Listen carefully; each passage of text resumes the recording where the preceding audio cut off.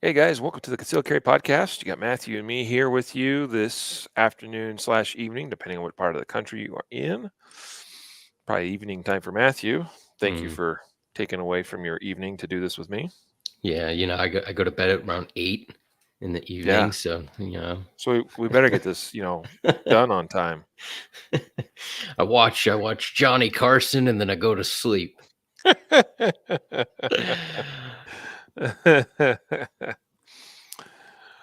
Yeah. Not bedtime for me anytime soon. I'll be working late yet again. So lots of late nights for me as of lately. Yeah. Hello, Connor. Thanks for joining in. Deep South EDC. What up, boys? What's up? Deep South. Concealed Carry. Hey, guys. Oh, hang on. Nice to see you, Concealed Carry. I was commenting as you. I guess I can't comment as myself. You must be logged in under the company account. All right, so I won't say anything because it'll go on the company account. And any suggestions for me before I go through my PPC and start Tuesday night steals? PPC. What's PPC? Sorry, I apologize if I'm not picking up what you're putting down there. Connor wants to compete in a USPSA event in November if possible. Dude, why don't you get started this month? Like, all you got to do is just show up and shoot a match, bro.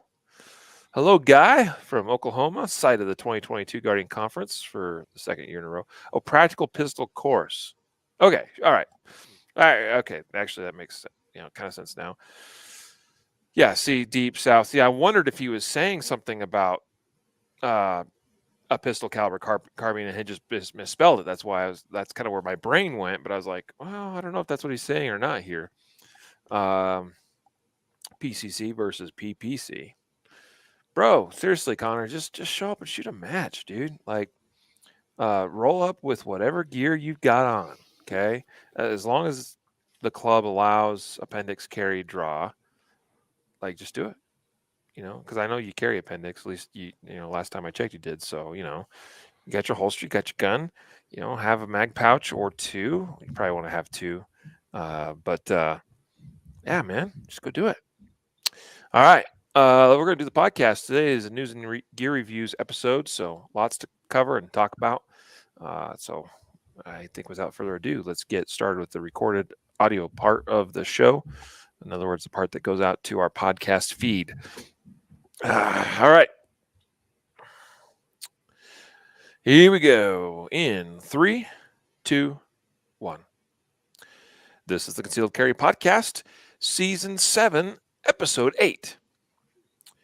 And welcome to the Concealed Carry Podcast, part of the concealedcarry.com network of podcasts brought to you by Silencer Shop. Today is Thursday, September 1st, 2022, as of the recording of this episode, and I am your host, Riley Bowman, and I'm joined today by co-host and producer Matthew Maruster. Yes, sir. What's up, man? It's a beautiful day in the neighborhood, doing the thing here, working on more holster stuff here in the shop, and all kinds of things, but stepping away to do a podcast with you, it's good to do. Yeah. Thank you. I think it's the first time in a while that I have been able to accomplish 2 podcast episodes in a week. Folks, thanks for your patience with everything. I know it's been a trying time for us and for the podcast. So much going on here. I should warn you that in coming weeks, it's not going to get much easier. So I'm going to be gone for USPSA Nationals at one point. We're going to be gone for the conference at another point. Some of that I haven't figured out yet. Some of it may just not happen. I don't think we're going to get a podcast done during the week of the conference, unfortunately. So just a heads up on that. All right. That's in 2 weeks, a little more than 2 weeks. It's in 2 weeks. Today we're leaving, or yesterday. So crazy to think. Yeah. So welcome to the show, though, folks. Today's episode, I should mention, is brought to you by CCW Safe. They are title sponsor of the Guardian Conference, which, again, as I mentioned, is in 2 weeks. They are our choice for self-defense coverage. If you need help legally, which I recommend everybody should have. I mean, here, dude, how many stories have we read over the years where somebody's involved in a self-defense incident, a justified save or defensive gun use? And I mean, as we read it, it seems like it's very clear, black and white, cut and dry as far as they were justified, they did the right thing, they defend themselves. Everybody, goes home happy. Well, maybe not the bad guy, but you know what I mean? Like, but they're so confident in themselves that what they've done was right and that they are not in the wrong, and they just start blah blah blabbing to LE, to the responding officers, to investigators, blabbing to the media. Um, that's not the way to go. Okay, I'm going to be honest with you. People have gotten themselves in trouble from saying too much, and even if you don't maybe face criminal charges of any sort, and it depends on the state that you're in, but there's always a chance you could find yourself in a lawsuit. You just want to make sure you get the advice of a trusted attorney. Now, how are you going to pay for that? Right? Have you thought of that? Some attorneys are going to require a retainer up front of minimum 10. That's probably on the very, very, very low end. 20, 30, $40,000, depending on the case. You never know what that might be. So next thing you know, you're selling assets, you're putting up your home for second mortgage or whatever, just so you can pay a retainer fee. You might be, missing time away from work. Your whole life may be upset, even in a justified use of deadly force. So please, please, please consider joining CCW Safe today. They are, I believe, the best team out there, prepared and able and willing to basically hold your hand through the process and cover your legal expenses as part of that membership. So go to ccwsafe.com today. Consider joining. At the very least, you can get on board with the Defenders Plan, or if you are LE or military, you can take a look at the Protector Plan, and of course the Ultimate Plan, which is what I have, is certainly a recommendation. Check them all out. Save 10% with the discount code CC Podcast. Just by being a listener of this show, of this episode, you can save 10% off your CCW Safe membership. And Guardian Nation members will save 20% with their own special discount code, only available to members. Guys, again, ccwsafe.com. Today's episode also sponsored by the 2022 Guardian Conference, which I mentioned CCW Safe as a title sponsor of that event. And we've talked a lot about the conference over the last several weeks, months, and really over the last year. We've certainly mentioned it from time to time. It's been a year in the works. We immediately started looking forward to and planning for 2022 as soon as we wrapped up last year's conference. So, guys, guardianconference.com is the place to learn more. Should have instructor course information up, I'm hoping, by tomorrow, just so you know, so you can start looking at what the actual courses that will be presented. I know we're a little bit behind the ball on that. Just it's like herding cats trying to get all these instructors to get information, turned in. So and that's just the way it goes with any kind of large scale event. So, guys, guardianconference.com. Hope to see you there. Many of you we will be seeing there, and it's going to be a great time for year 2 of the annual Guardian Conference. If you can't make it this year, just know we are starting to look ahead to 2023 and planning that as well. Hope to have what the dates will be for that event, hopefully in the near future, because we do need to get that locked down as well as we are planning ahead. So anyway, let's get into today's episode. Oh, Mark, almost all attorneys. Yeah. Mark would know as an attorney. So today's episode is a industry news and gear reviews episode.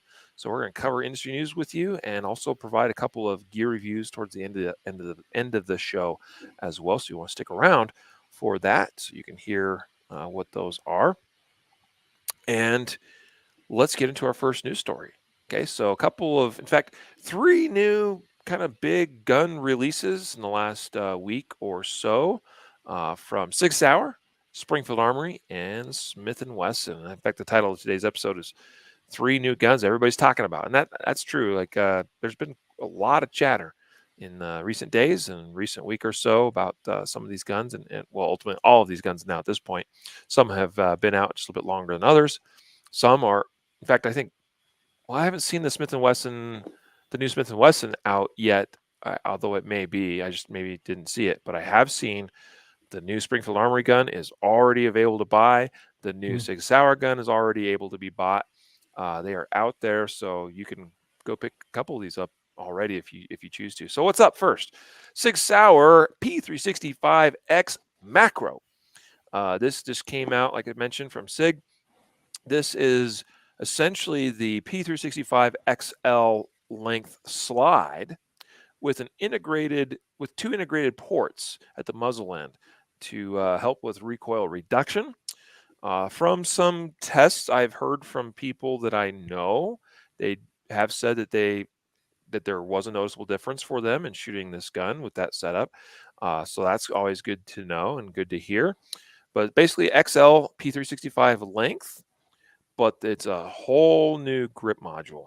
A little bit larger grip module, certainly a longer grip to it.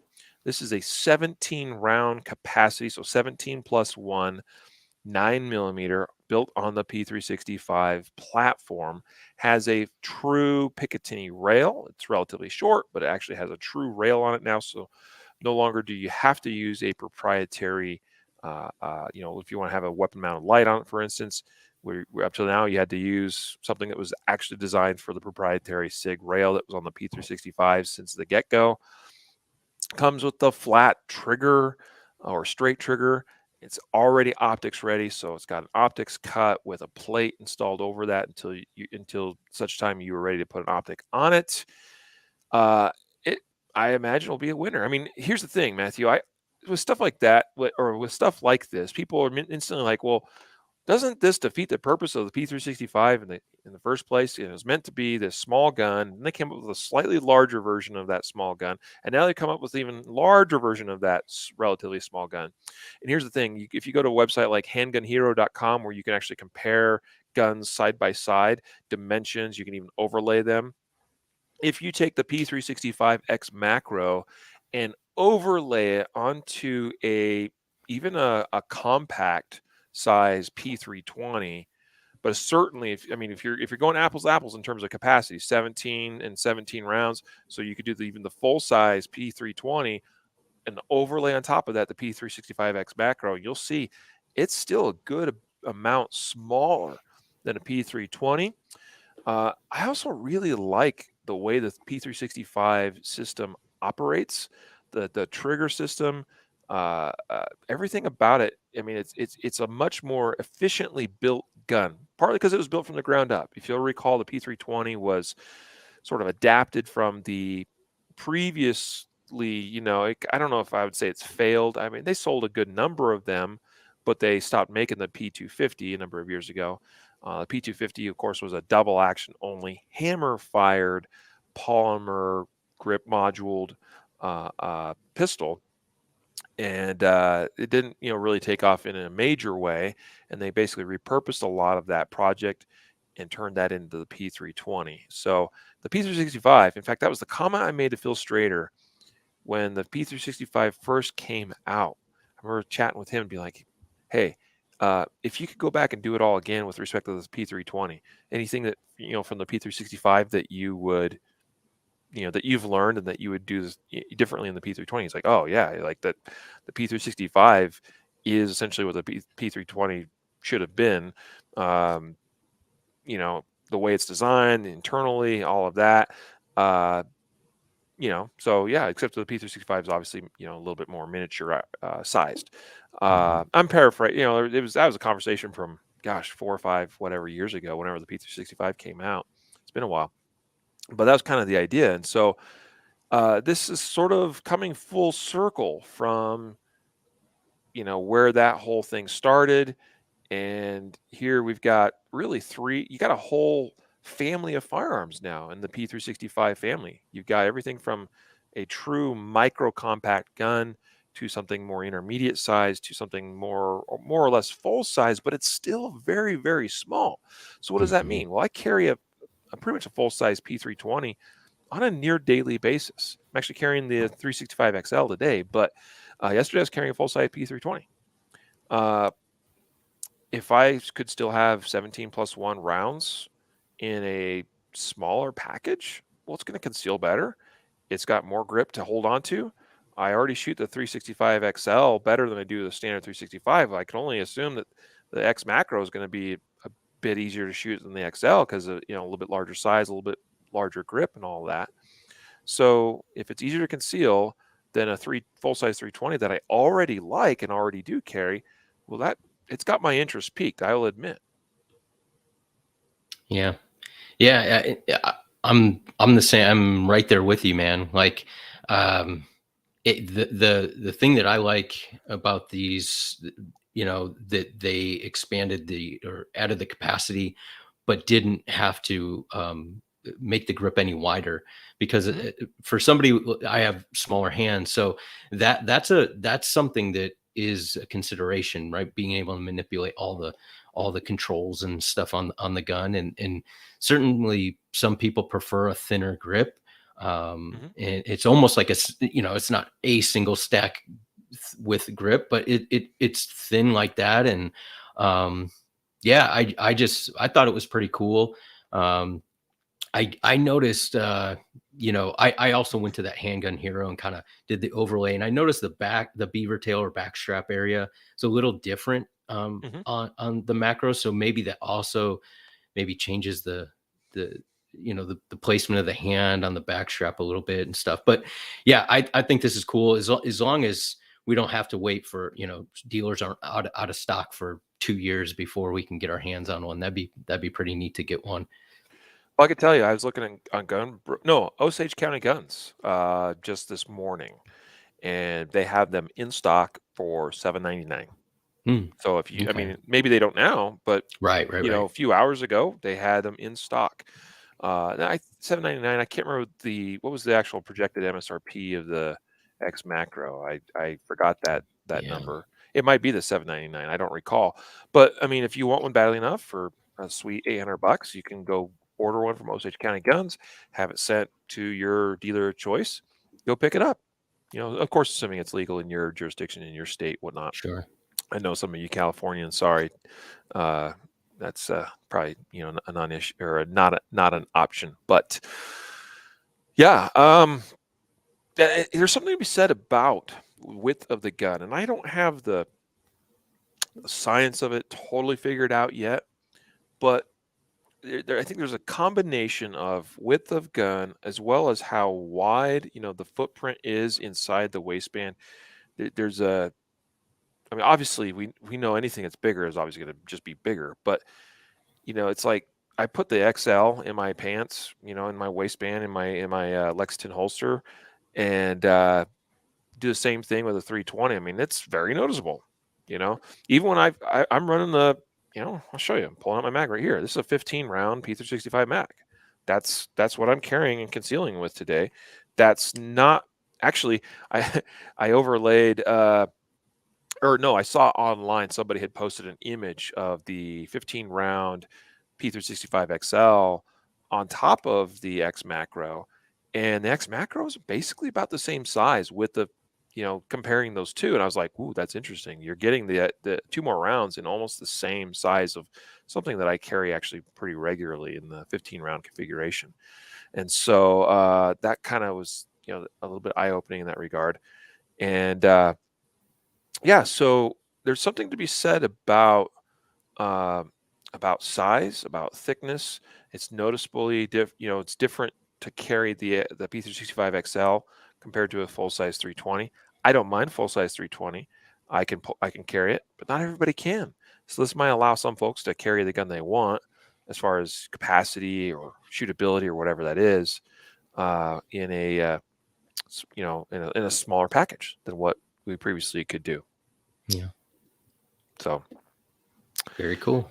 All right. So what's up? Tell us about the Springfield Armory new product release there, Matthew. Yeah, so apparently, you let me know about this. I didn't even know this came out, but Springfield apparently is releasing a polymer 1911.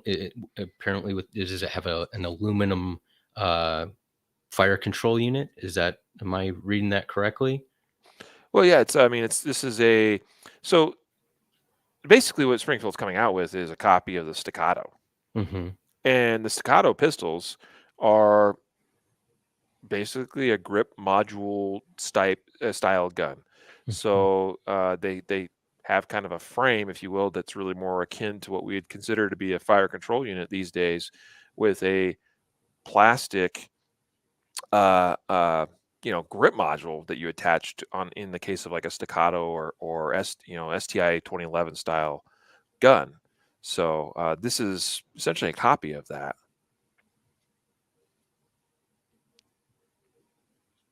You you cut off.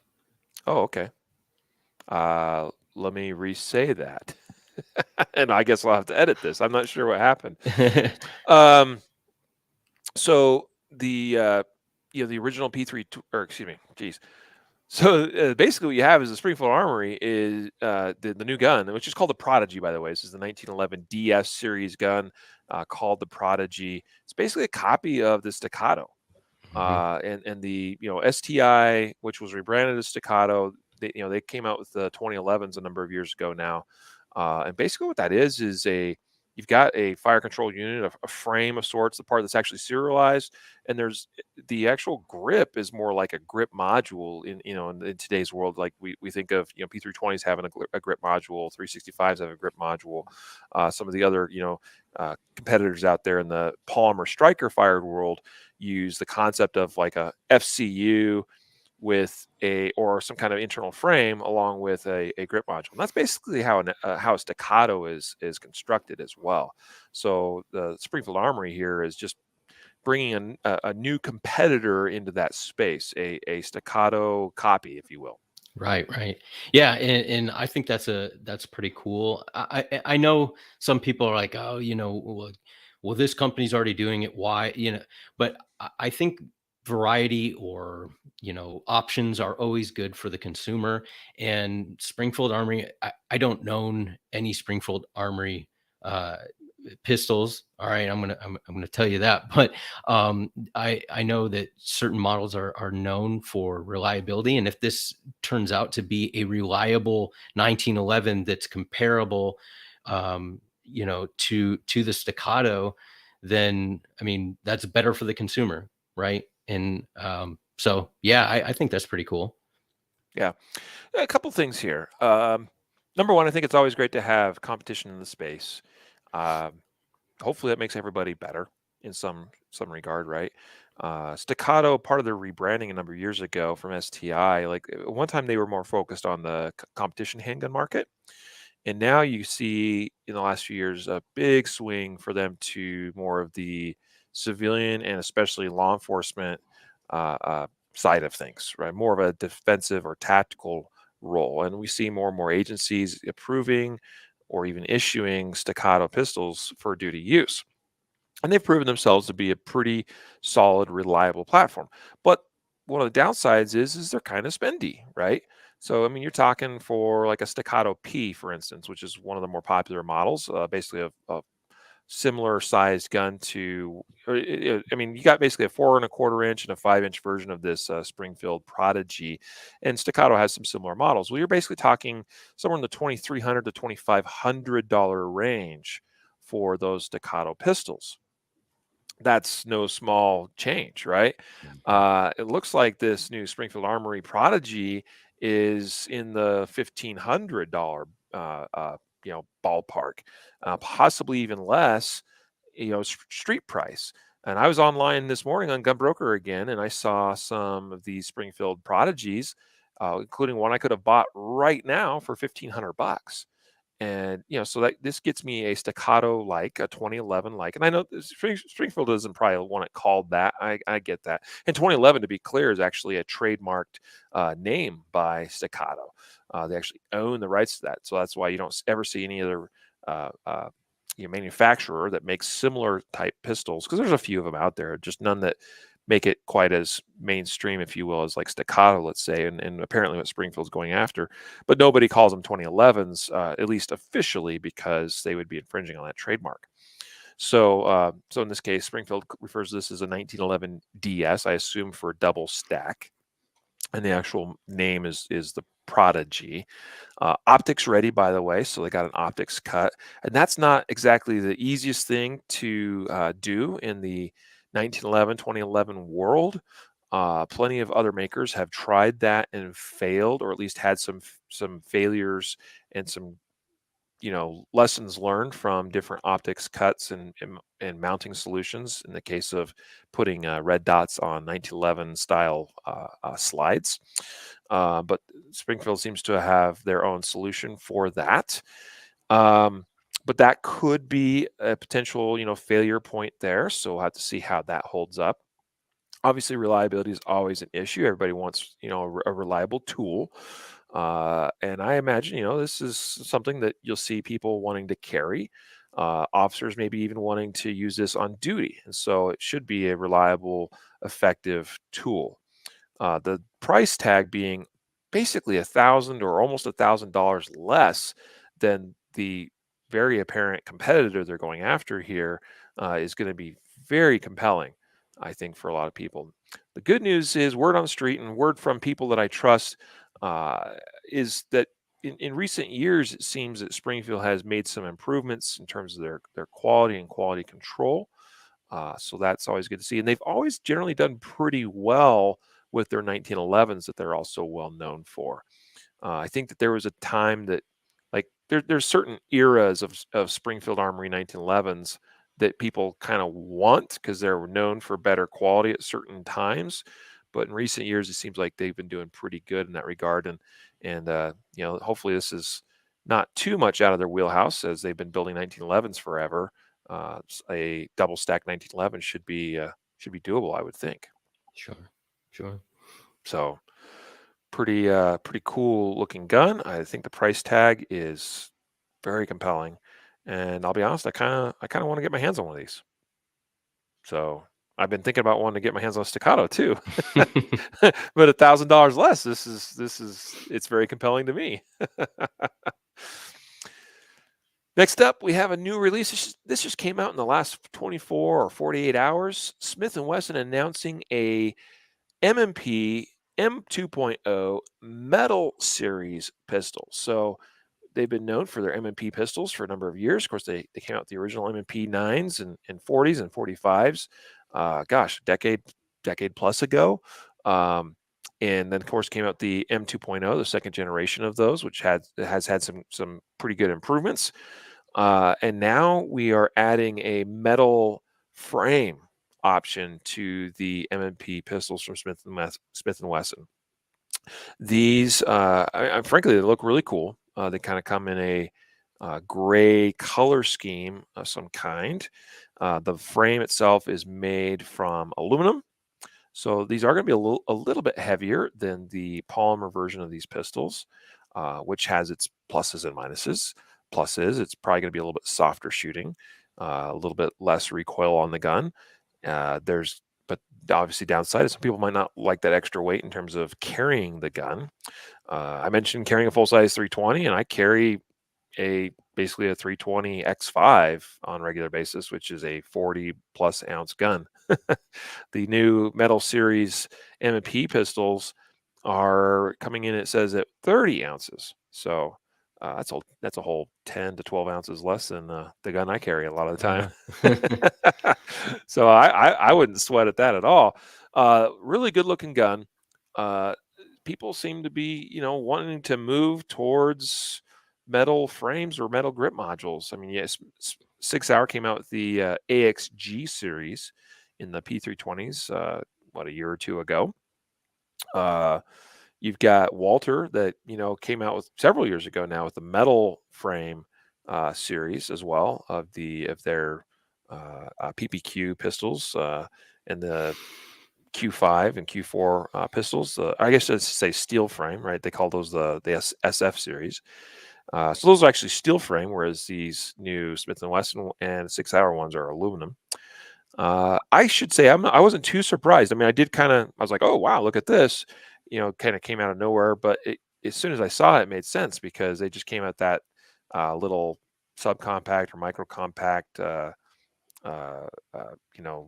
mini micro 1911 style pistol. Was it the CSX or yeah? Yep. That's got a aluminum frame on it, and so clearly they have tooled up to be able to produce such things, and this probably was the next natural evolution in their minds. What do you think of this?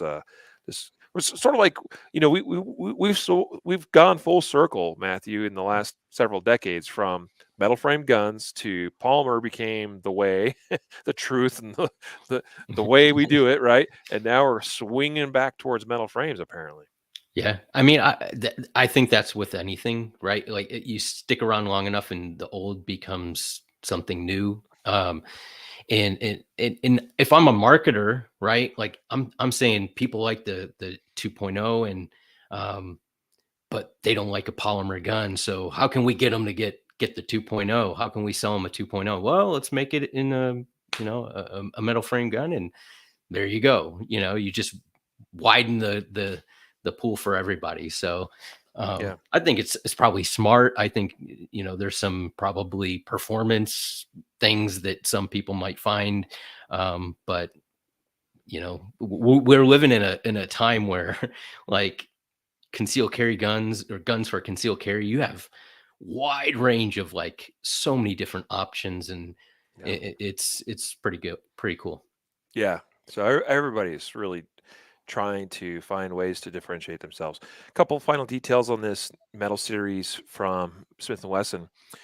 This MSRP price is at $899. It's not terrible. And certainly, I've seen some of the competing metal frame products that are a bit more than that, including the one from Walter. Uh, Also, optic ready, and it seems again now almost everything now comes optics ready from all the major manufacturers, Of course, yeah. which I think is the way to go on that. So there's almost no downside to that. They have to do a little extra cut in the slide, and maybe they have to provide a little optic cover plate, in the models they sell without an optic. But almost no downside to offering optics ready in this day and age. So I think that Mhm. was a good choice. Yep. All right. So we still have a bunch of stories to cover, plus some gear I reviews. don't know if we're gonna make it. So yeah, we better move right along. All right. I like talking about gun stuff, though. I'm a gun guy. I like guns. I like trinkets. I like tools. I like all that stuff. So and I think it's fun to see some new stuff come out. It's been kind of quiet as of late. First up, tell me your take on this. New York Post reporting, Matthew, Florida County school deputies will carry large rifles on campus after the Uvalde shooting. And so, as I read it, and this is Brevard County Sheriff Wayne Ivey. I've heard some pretty good things about him, as far as he's very pro Second Amendment, from some folks that know, that live down in that area. But as I read this, it sounds like what they're talking about is officers basically wearing tactical vests and actually carrying rifles or carbines openly on school grounds, in an Mhm. effort to protect students. It's raising some eyebrows from some folks. What's your take? Yeah. So here, I think that naturally, this is something that is not natural, right? So it is going to raise eyebrows. I think anytime you have um, police officers with long guns and tactical um, vests at a school, it's not something we want to see, right? Whether now we don't want to see that after the case, when they're we all see the active shooter happens at a school, and what's the first thing, like the image your brain goes to is the overhead view of officers leading a bunch of kids running out of the building. And so you're either going to see armed officers with long arms at school after the fact, or before the case, before it happens. And This is one sheriff in a county who says this is what we're going to do. Um, I don't I don't have a problem with it. I personally, like, if my we homeschool our daughter, but she went to a school here, and they did that, and I'd have a conversation and tell her, hey, this is why the police officers are there, and to protect you, and no different. And it's not, you don't have to be scared of them, and it doesn't mean that you have to live in fear or anything, but they're there to protect you.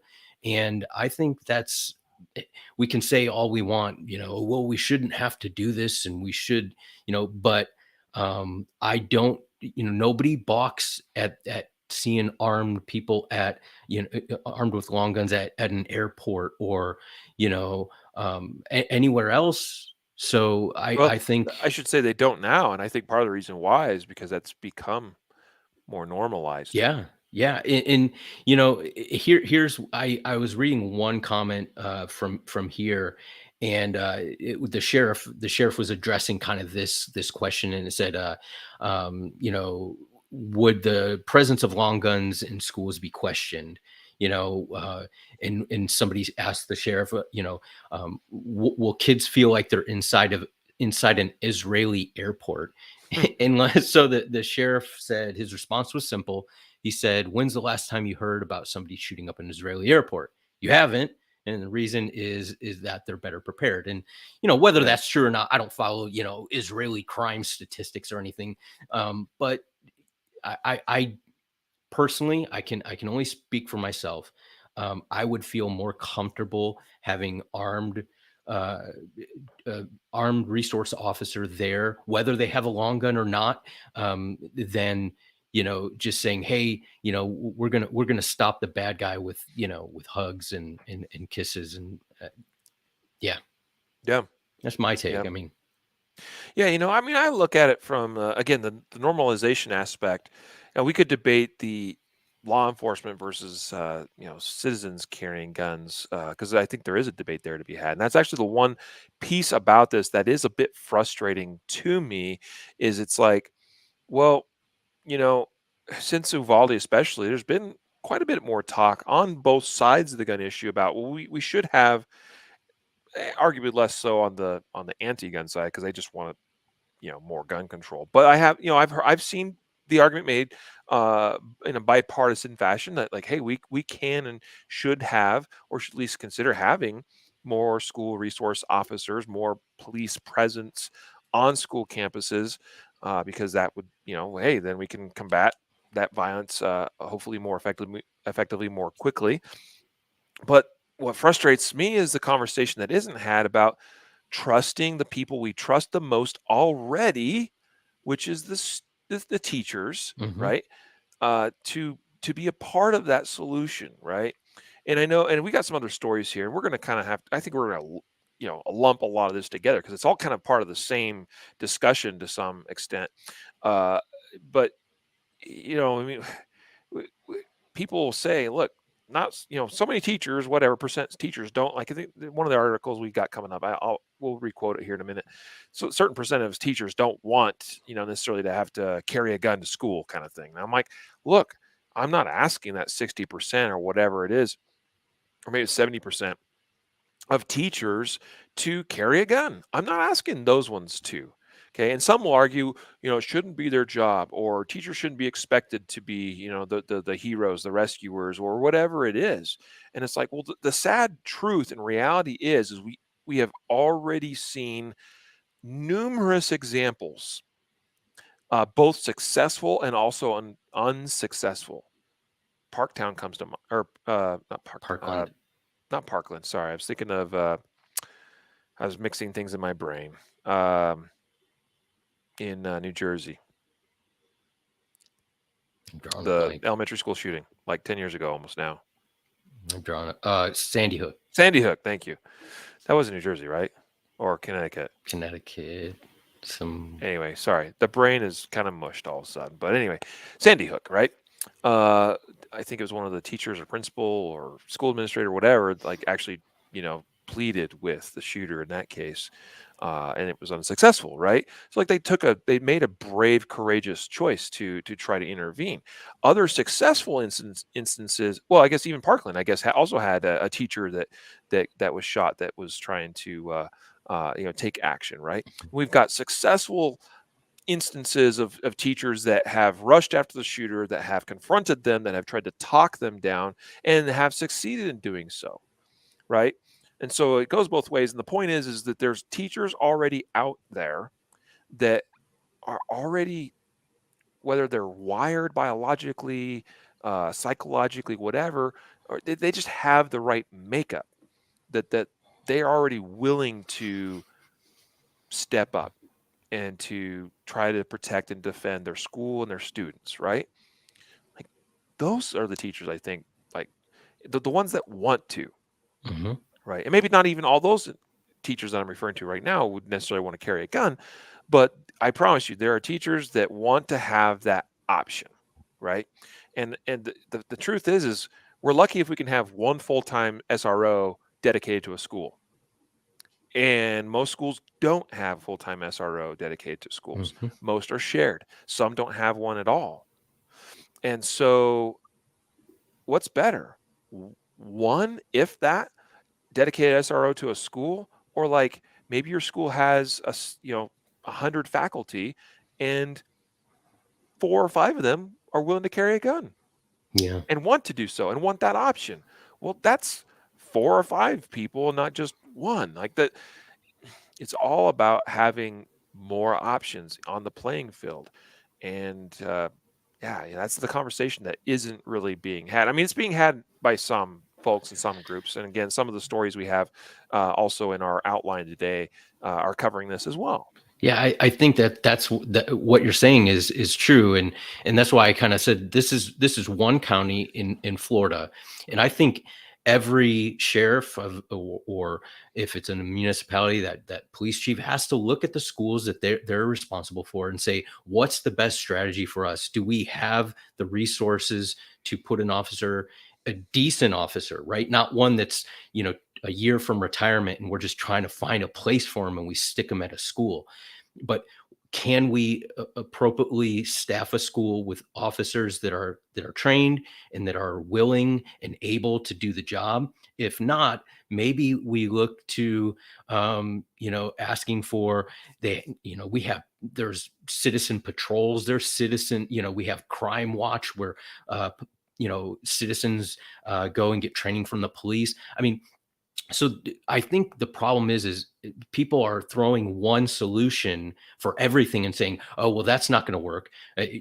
Yeah, one solution isn't going to work. And because America's so diverse and everything's, different. So I just think we have to be able to be flexible and adapt to the environment. And that requires law enforcement in that area to be proactive in analyzing and doing a threat assessment of their schools.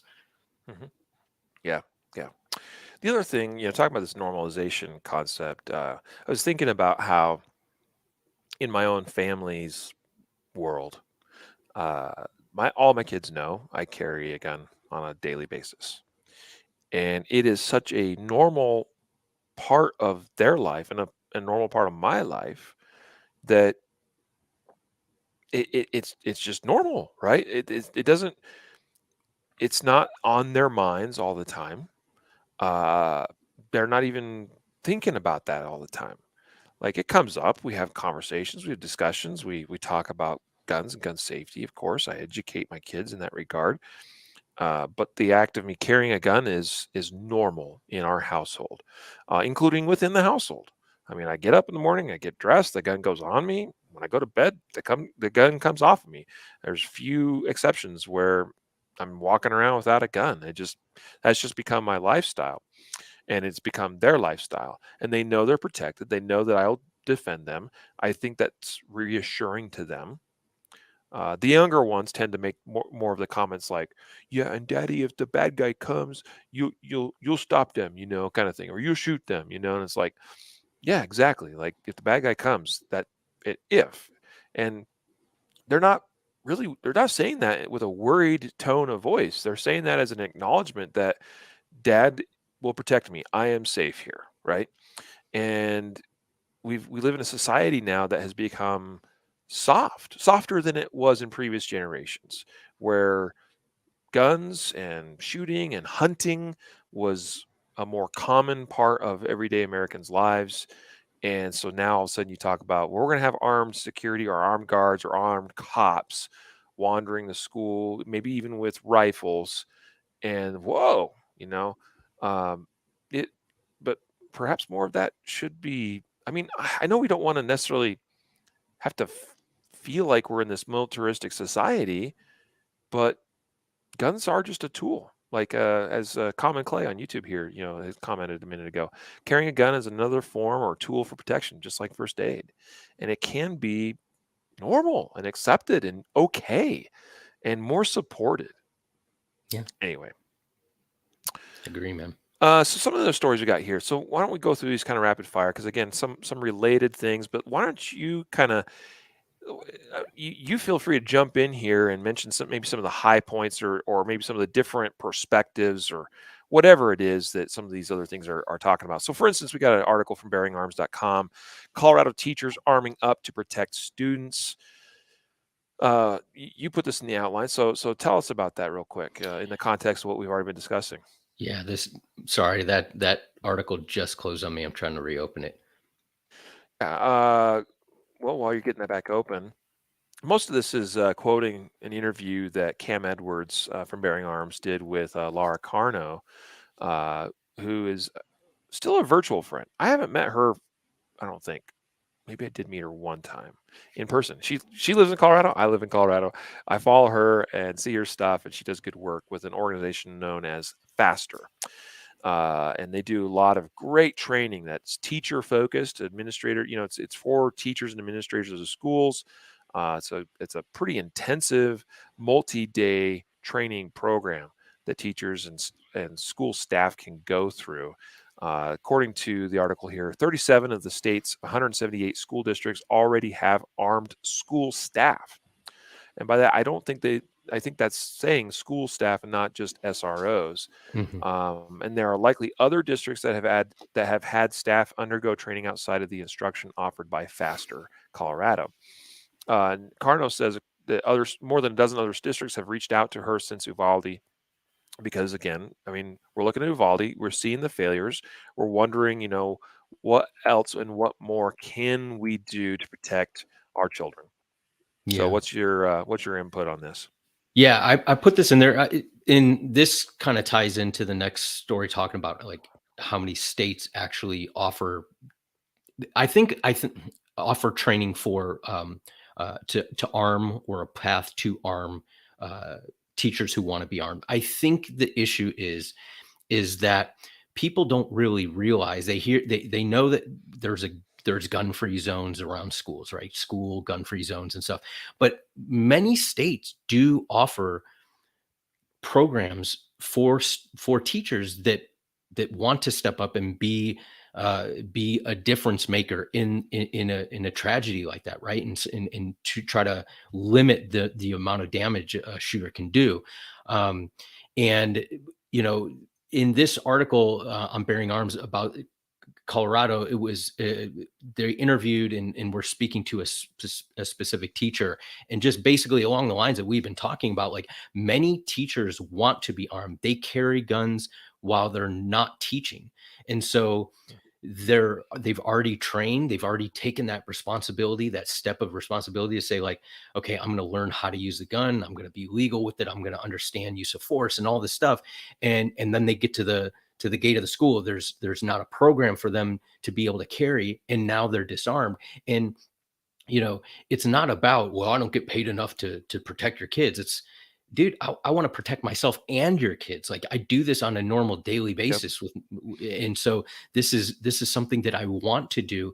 And in the article, it says that they've been swamped with requests from school districts to learn more about this Faster program, and how they can be a part of it. And I just think that, unfortunately, like we said, it's not, we've kind of gone away, or we kind of shifted to firearms are always used for bad things, and people with firearms are typically,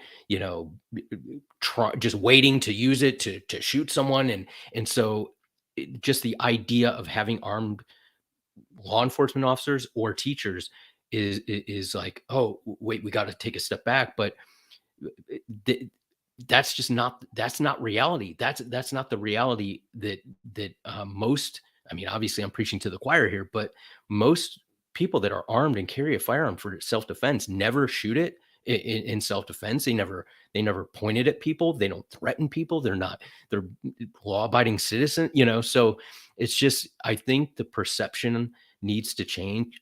And I think that's why we do like this so often, and that's why this is so important. That I know we rehash a lot of this stuff legally and through defensive gun uses and stuff, and you guys are probably like, yeah, we've heard this has been going on and on, but we want to put this information out there in content. So maybe this is the first time somebody tunes in and they're like, oh, I didn't realize that. I thought teachers all over didn't want to be armed, and so that's kind of why we do this.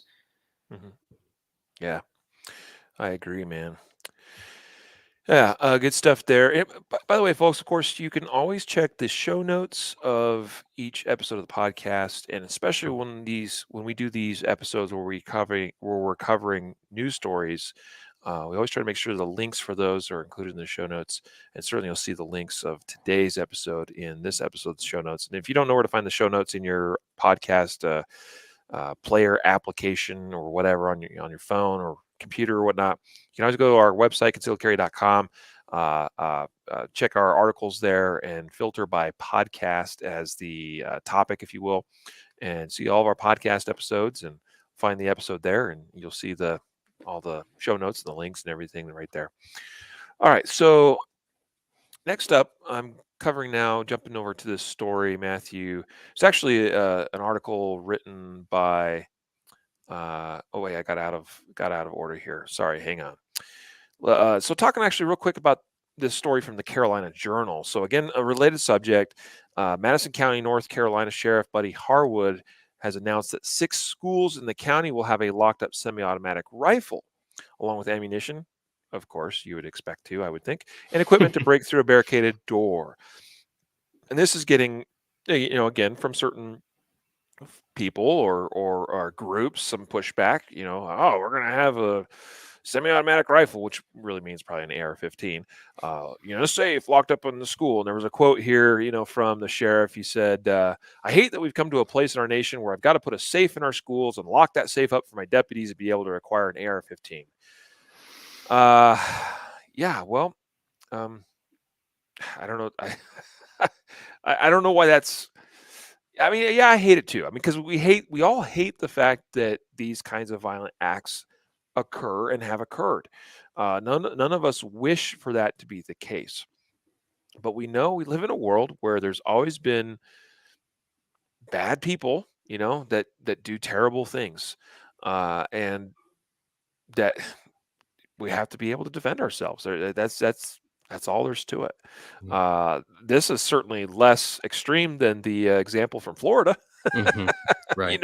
Down there, they're talking about actually walking around with the gun, with the AR. This is put a safe. It could be actually in a pretty obscure, non-public location, and locked up and totally secure as far as that gun's concerned. So shouldn't be that big of a deal.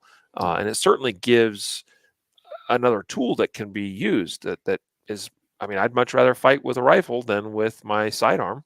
Right. If I'm going up against somebody that's armed, well, regardless of what they're armed with, right? Mm-hmm. Because that rifle is going to be a little bit easier, more effective to use with a greater range. I mean, some of these shots, I mean, think about it. If you've ever seen some of the schools my kids have attended, and you've got hallways that could be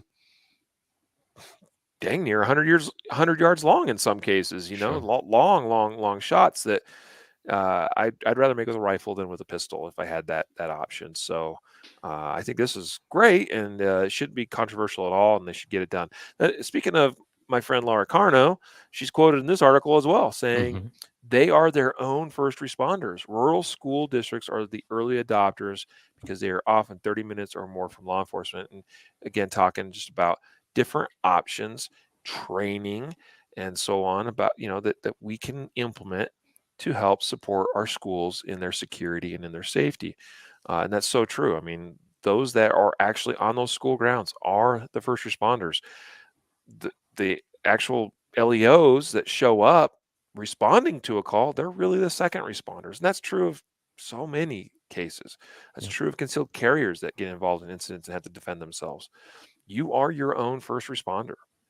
You Yeah. should always have that attitude. You should always be asking the questions, what do I need to do to be my own first responder? Should I require it? Right? I'm going to move right along here, Matthew. Yep. Now getting into this realclearinvestigations.com article. This is actually a republished article, I believe, from John Lott.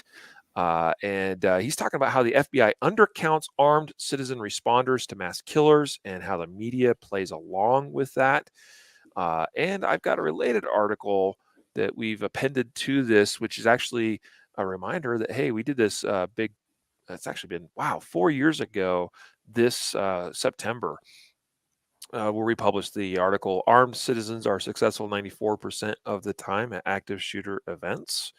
I thought this would be a good relevant place to remind folks of that article and of that data, which probably ought to, or at least certainly could be updated. But that's part of what we're talking about here is how the FBI data, and we recognized that 4 years ago when we did our big study, it undercounts a lot of these incidents. So tell us, you can go into the weeds on this stuff for sure, but tell us about this John Lott article. Yeah, like you said, there's a lot of data in this article, and just overview is what he's talking about is the FBI. We kind of take the FBI data and we almost, unquestioningly just say, okay, well, they must know what they're talking about, right? Well, we know just from that study that we did that they undercount, they don't count everything. This goes into the way that they do it. They basically farm it out to a college group, and they get the data back, and they're looking at, they analyze their definition of an active shooter, and then they take the stories, they compile them, and what John Lott found was not only did they undercount the incidents, but they didn't even count when they're looking at a statistic and saying, well, a certain number of incidents, active shooters are stopped by armed citizens. You've heard this said a lot that, oh, it never happens. What happened with Eli, that Eli never Dickens, happens. yeah. Eli Dickens, right? It never happens. And so they'll pull this out, and the FBI, statistics, they'll quote, and it sounds really, official, like only 4.4% of active shooter incidents were thwarted by armed citizens. And so we just nod our head and say, oh, okay, they must be right.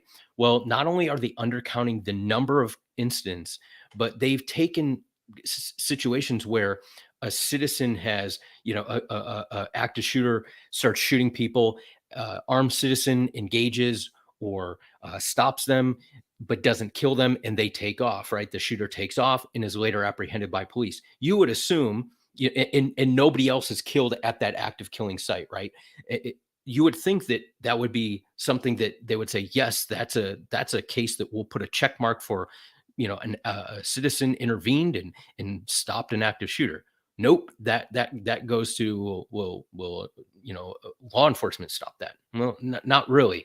And so actually, when you look at all the numbers, it's actually 14.6% of active shooter incidents were thwarted by armed citizens, and that's frankly pretty high. I mean, I don't say, I don't want to mean like high. Sure. I don't believe it, but I think that's pretty good considering, that not everybody, you're not always going to have somebody who's armed on scene of an active shooter. Number two, most of these happen in gun-free zones, so people that would be armed aren't armed, right? Because they're following the law. And number three, even if somebody is armed there, they may not be able to engage the shooter because of distance or whatever circumstance, right? So Mhm. that's actually pretty high. And this article goes even deeper into talking about um, that there is just a media narrative that continues to say that the armed good guy stopping the bad guy with the gun is a total hoax, and it's constantly repeated. They go to these data points that are wrong, and they know that they're not. Even the FBI will come out, in a minor footnote and be like, well, these aren't, exhaustive numbers that, and so, but they're citing them as authoritative. And then and law enforcement doesn't even want people to be armed. And it's not true. It's in every sense, it's actually the opposite. And so this thread that this kind of been going on for the last half an hour that we've been ranting is just that there is a narrative that has shown good guys with guns are actually unnecessary, and they're actually probably more dangerous. So really, we just don't want to have anybody with guns except the bad guys, right? And, Mhm. and that's and the police.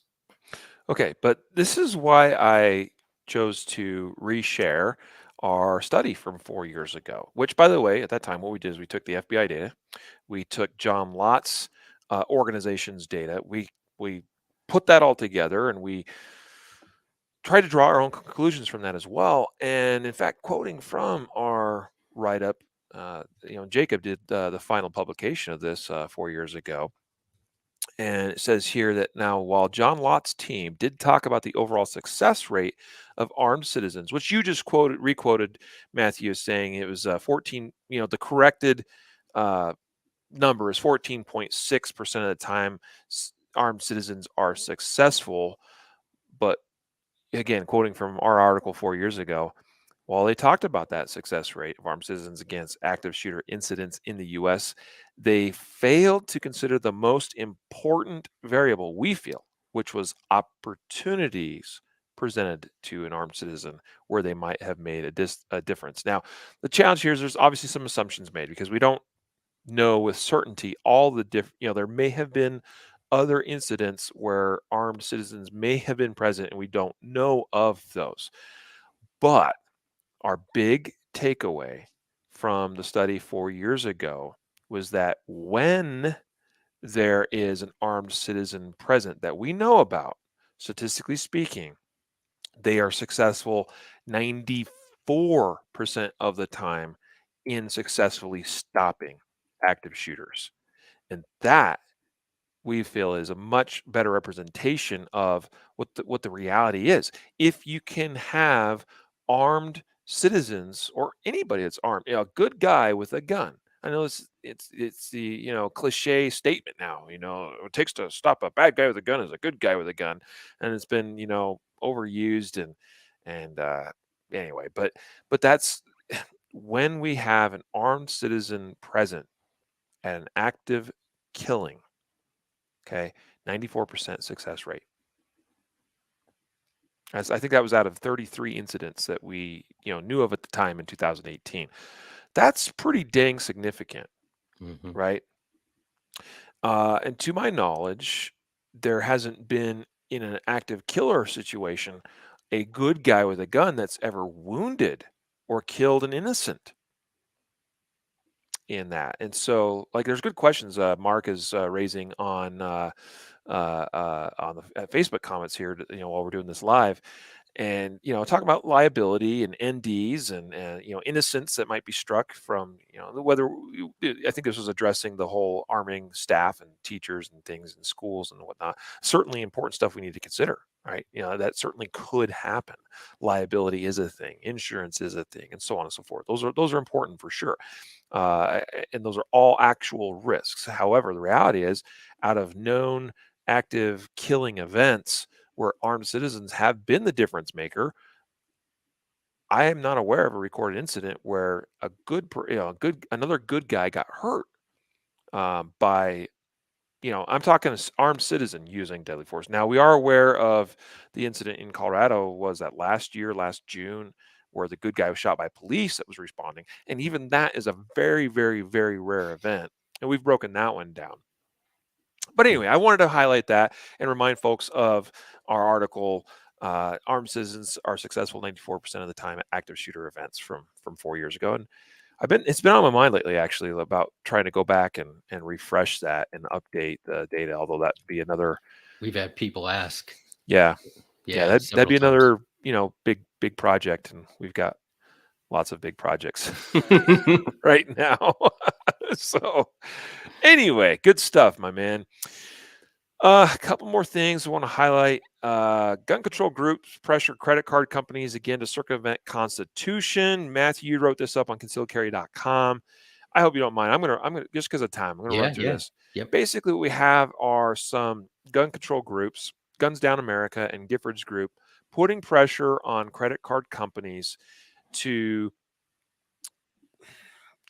basically profile against what would be, in most cases, lawfully, purchasing individuals using their credit cards. So, and the idea here, and this is that you have a little, embedded screenshot, if you will, from Twitter, from Giffords, showing how in shooters in at least 5 mass shootings have stockpiled guns and ammo using credit cards and killed 145 people.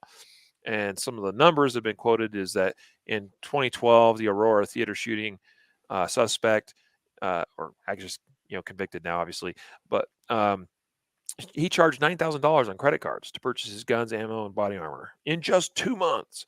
In 2016, the shooter in Orlando, Florida, the nightclub, charged $26,000 on credit cards to purchase guns and ammo in just 12 days. In 2017, the shooter who killed 60 people in Las Vegas charged $94,000 on credit cards to purchase guns and ammo over a period of 12 months. Now, I know those things sound ridiculous, and somebody, and the average person goes like, "Oh, this sounds insane, so we got to do something about it."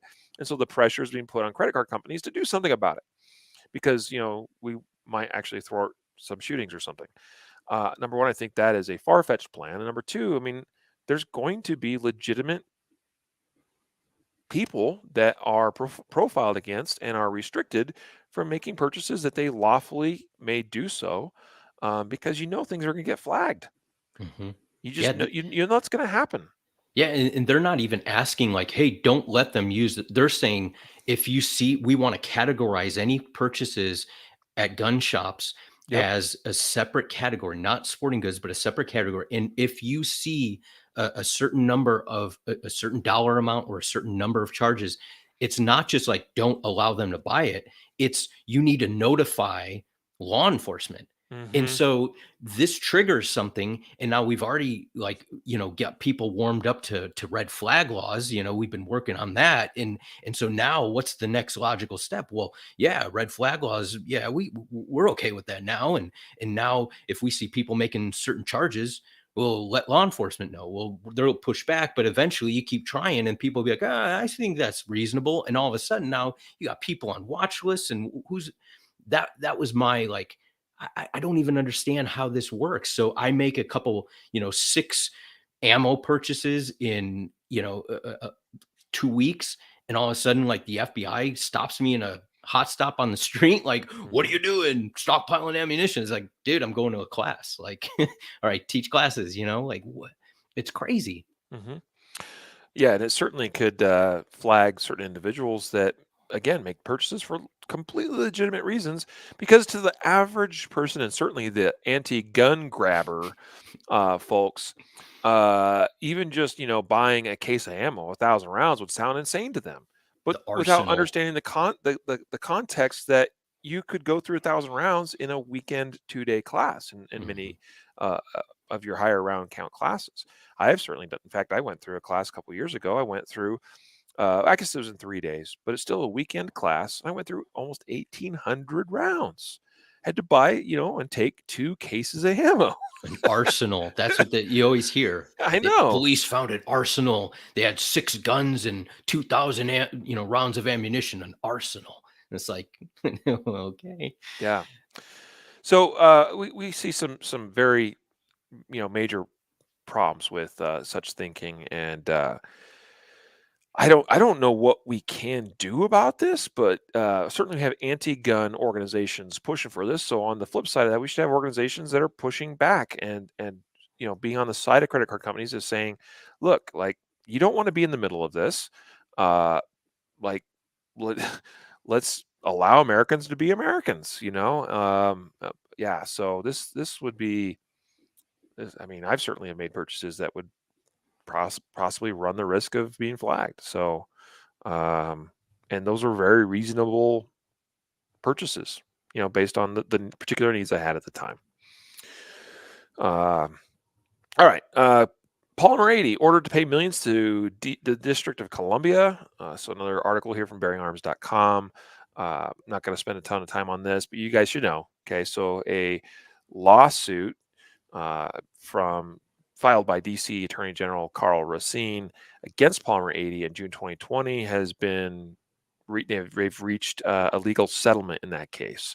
And so the settlement is Polymer 80 is going to pay the District of Columbia $4 million for apparently 19 gun kits that were sold to DC residents in violation of city law. I would say, actually, I mean, like, number one, that's ridiculous. $4 million for 19 kits. I'd be curious how they came up with such a number, such a settlement. Obviously, a settlement, so I guess I assume that was agreed to by both sides. Some kind of mutual agreement. All right, let's instead of pushing this issue and spending more money with giving to our legal teams, let's just settle, right? But man, that's a big number for 19 guns. And certainly, I mean, we don't know that every one of those were used in some kind of illicit operation of any kind, but it was apparently in violation of city law. I don't know what Polymer 80's due diligence was on selling those kits. But probably the bigger thing I see here, Matthew, is this almost like precedent, if you will, of, well, like what else could this sort of thing be applied to? To what could this kind of thinking extend to? Now we know that the anti-gunners want us, I say us as a country, to hold gun manufacturers liable for acts of violence committed using their guns. And we've talked about the problems with that, and that's kind of this is. This is kind of getting into that realm a little bit where we're holding Polymer 80. Yeah, okay, I understand. Like, they're selling kits apparently to a jurisdiction that they probably shouldn't have sold them to. I don't know. I don't know what they knew at the time. I don't know, again, about anything to do with their compliance as a company with respect to that. But I don't know. I just was like, wow, $4 million for this. Yeah. You open the can, but I'm not going to go deep there. I just think any of these legal decisions have the potential to be used as precedent in something else. And who knows who they're, if you can't go after the gun manufacturer, maybe you go after the one who sold them the gun, right? Or and I just, then you sell, who sold them the ammunition, and people start bankrupting businesses, and people can't get licenses. And I just, that's my fear. Yeah. Yep. So anyway, there you go. Now you know. Polymer 80 coming under fire. Of course, we're seeing legislation on a federal level that, or at least I should say, rulemaking from the ATF that will be impacting your ability as law-abiding Americans to manufacture your own firearms, which we've been able to do since the dawn of time. Polymer 80 just happened to be, I mean, this is a natural progression of technology and availability of such things, but the concept of building your own firearm should be a legal thing, in my opinion. So anyway, moving on, last story, and then we'll get into our reviews. Whole Foods CEO says Second Amendment liberties under threat from socialists. I love that, just because like that, it's quite a headline, and frankly unexpected from me. Like, I was like, whoa, hold on. Whole Foods? We're talking about the Whole Foods that has a no guns in our store policy, but the CEO is apparently pro Second Amendment.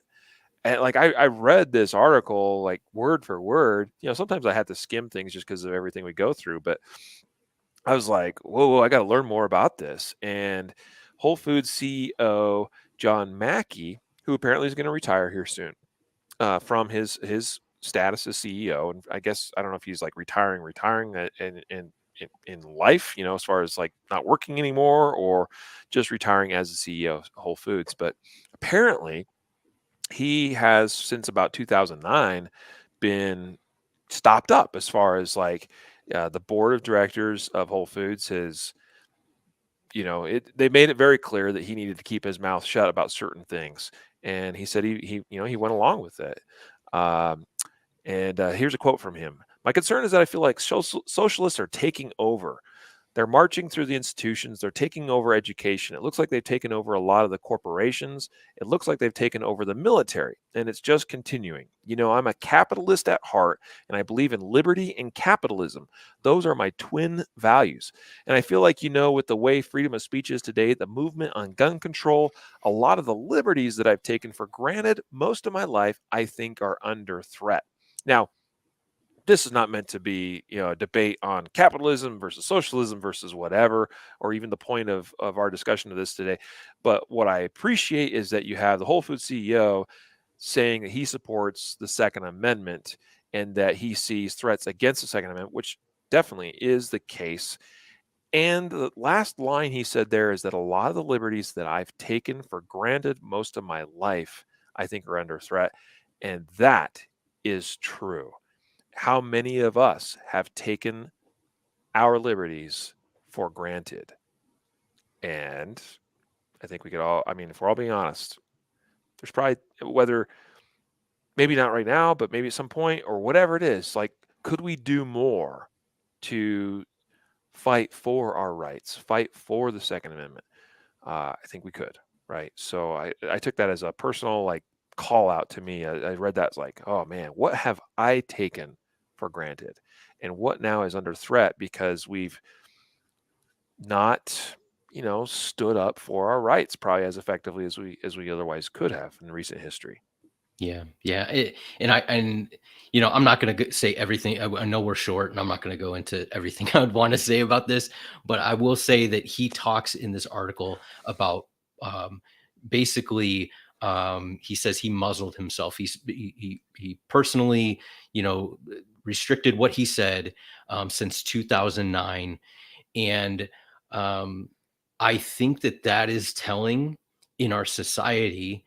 We're talking about how guns are perceived, and the messaging that's going out from media, from from influencers, from everybody, celebrities, sports, everything, right? Conservatives, I don't want to use the word conservatives as far as like Democrat and Republicans. I'm talking about like constitutional conservatives, ones that look at the certain things and say, hey, I do think that we have the right to do this, and what you're doing is infringing on rights, and it's a slippery slope. Those people have been scared and they muzzle themselves, and we don't have, we keep complaining, oh, we can't say this and we can't say that, and it's like, why not? I understand there's going to be repercussions, but why not? Like, at a certain point, you either stand up and you say, I'm willing to accept some repercussions. People might blacklist me or whatever, but in the end, what's going to happen is we're all going to be blacklisted, right? Like, once those rights go away. So I'm not going to go too much deeper, but just, I think you're right. Like, we do have to take that personal step, whatever it is for you, where the bridges you want to stand on, or hills you want to stand on and fight for. We're not talking physically fighting, right? We're talking about ideologically or whatever. Yep. Yeah.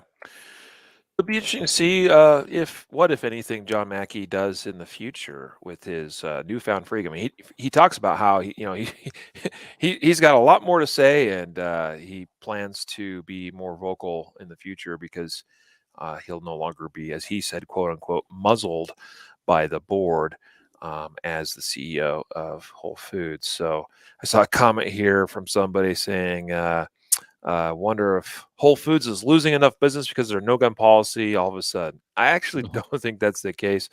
It's actually, I mean, that policy has been in effect for quite some time, and so it's not like anything suddenly changed there. I don't think, and I don't think it really they've done. I mean, they've done pretty well as a business historically, anyway. Probably not necessarily even getting a lot of business and customers who happen to be pro Second Amendment. So, uh, but I just, man, it's such a. I was like, wow, like this is fascinating. We have a anti-gun, so-called, anti-gun company, but it's led by a CEO that apparently is quite libertarian in his approach, which I have to respect. I have to respect. So I think that's pretty interesting. Reviews. Here we are, the moment you've all been waiting for. And we are over time, so we're going to try to wrap this up. But I'm going to talk, I'll take the lead here and go ahead and fire away. I'm going to talk about the AimCam Pro 3K. So I bought a couple years ago the AimCam Pro 2i. What the AimCam product is a set of glasses that has a camera. And like what's unique about it is that certainly glasses with embedded cameras have been around for some time. Some of them place a camera kind of over on the side, of the frames. Some will put it in the very center of the frames, above the nose bridge. But usually, what we've seen from these integrated glasses cameras is that it's fixed. And again, probably the more common, popular one I've seen is where it's mounted in the center, right between the nose, or excuse me, between the eyes, above the nose. And like, well, that's not too bad. It gives you certainly a pretty decent first person view, which works in a general sense. But when you're doing stuff like shooting, which is biased to your dominant side of your body, well, you're always looking at the gun and it's off to the side. So what AimCam did that's kind of unique is their camera is generally mounted about in the center, but it's mounted to this arm that with a small wrench or screwdriver, you can adjust, so you can move the camera. You can actually position the camera location very precisely, and you could even lower it and move it over to where it's just, I mean, it's really, really, really close to your dominant eye and what your dominant eye is looking at. And so you get very nearly a true first person view that's relevant to the biased side of using a gun, whether you're shooting a handgun, shooting a rifle, that kind of thing. So I got the aim cam because I wanted to get video that was of that. I wanted that point of view, partly to analyze what I was looking at when shooting. So the AimCam Pro 2i is pretty good camera. I've enjoyed using it. It's not the greatest image quality or video quality. It's not super high frame rate, that kind of thing. Well, the Pro 3K model, which came out fairly recently, and I just got my hands on a couple months ago, is you can actually shoot not quite 4K footage, but almost 4K, and that's why they call it 3K. But even with 1080p footage, you can get it at 60 frames per second. So you can get a little bit smoother video footage, and you can break things down with smaller and smaller slices. Like I sometimes review my shooting footage frame by frame because I want to analyze the precise moment that I say maybe I want to look at transitions, for instance. So how quickly do my eyes leave a target that I was just shooting? Do my eyes leave too early? Which sometimes that's a thing where you're in an effort to get to your next target really quickly, your eyes leave a little bit early. Well, maybe you haven't finished your shot on the target that you were just shooting at, and you might actually miss because your eyes leave too soon, that kind of thing. So you get some timing issues in your transitions. So I'll sometimes step through that footage and watch it very in a detailed fashion. Not necessarily like I will look at every single shot like that. That'd be really tedious. But I'll look specifically at footage where I know a mistake occurred, and I want to identify exactly what that mistake was. So I've enjoyed using the AimCam Pro 3K recently and analyzing the footage. I've been running not the higher resolution, but the 1080p at 60 frames per second, which has worked really well for me. And I've also noticed, comparing the footage between the Pro 2i and the 3K model, that the overall quality just is improved. Colors seem a little bit better too. Resolutions, like I know it's 1080p and 1080p, but it's just overall, it just looks like a little bit better detailed footage. I do know that the camera lens and the sensor it's used in the Pro 3K is a little bit larger, and that's going to have an effect on overall quality as well. So, pretty impressed with the improvements to the AimCam Pro 3K. I believe they run. I haven't priced it in a while. I forgot what it was. It's north of 250. Might be about $300. It's kind of spendy, but if you want truly a first-person view of your shooting action or anything else that you do, really, it's kind of hard to beat in that regard. And I love the adaptability, of being able to actually position the camera sensor exactly where I want. That's a huge thing. So check out the AimCam Pro 3K. You can go to AimCam. I believe it's aimcam.com is the website. So there you go. That's my review. Cool. Really cool, man. And I'm going to talk about, it's called Council Volt is the company, and they make vehicle safes. And I just actually had a meeting. I went out to their headquarters building that's actually out here and not too far from me in Ohio. It's like 25 minutes. I realized that they were that close, but they make an awesome vehicle safe. It's not a universal safe that, you put your gun in, you tether it to a strap underneath your seat, but it is made vehicle and model specific. Obviously they don't make it for every single vehicle, but most of the newer cars they're making it for. And it is, they use a CAD system to design everything so it fits perfectly. Even if you have USB ports in there, it has cutouts for that and allows you to have an adapter so you can still use your USB port. Everything's it looks really slick. It bolts in using the same bolts that bolts the or that secures the console in your car. And so you don't do any modifications to the car. So if you lease a vehicle, say, and you want to put this thing in there, you can take it out when you're done, and that you haven't damaged anything or destroyed anything. It's really nice. Right now, most of the locking systems are pretty rudimentary, as far as they're kind of like a dial. If you imagine like a dial numeric keypad type thing. But they have a new one coming out soon that's going to be a digital keypad. They're very nice. And I think, at least for me, and I'm glad they had one for my vehicle, by far, if I can't take the firearm with me, right? This isn't in lieu of like carrying the gun on you in the vehicle, right? Still don't use your car as a holster and carry the gun on you. But when you have to go into a non-permissive environment, or maybe you have, your wife's got a purse, or your kid's got, a tablet or something, you can put it in there, lock it up. I was really impressed with this unit. And so they're like yours, north of 250, like I think around 300. But if you look at just buying a regular little quick access gun safe that you can tether underneath your seat, that's probably what, $75-$100. So you're a third of the way there, and you have something that's not going to be taken out of the vehicle.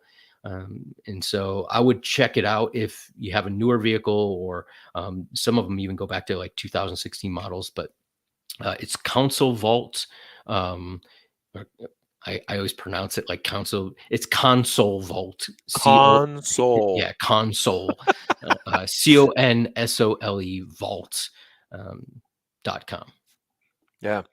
So you've been telling me about this for last couple of days, and I know you did a tour of their facility and everything, which is really cool. And I'm actually looking at the site right now, and I see they make one for my pickup truck, which is cool. Again, I'm with you. This shouldn't necessarily be a solution for carrying a gun in your truck or leaving it in the truck, on a more permanent basis, a so-called truck gun, if you will. But I actually just think about the other day, Matthew. Like I had to go drop off a child at school, and I needed to accompany them into the school, and it's always a frustration for me because again, I'm carrying every day. So uh, what am I going to do? Like I have to disarm myself before I can walk in onto the school grounds or into the school. And I remember getting back into my vehicle and thinking, every time I have to conduct some kind of administrative handling of my firearm, even if it means removing the holster off my belt from within my waistband with the gun in it and trying, like doing that. Um, there's still and it may be slight, but there's still an increased risk to me personally by having to do extra administrative handling of my firearm that I otherwise wouldn't have to do.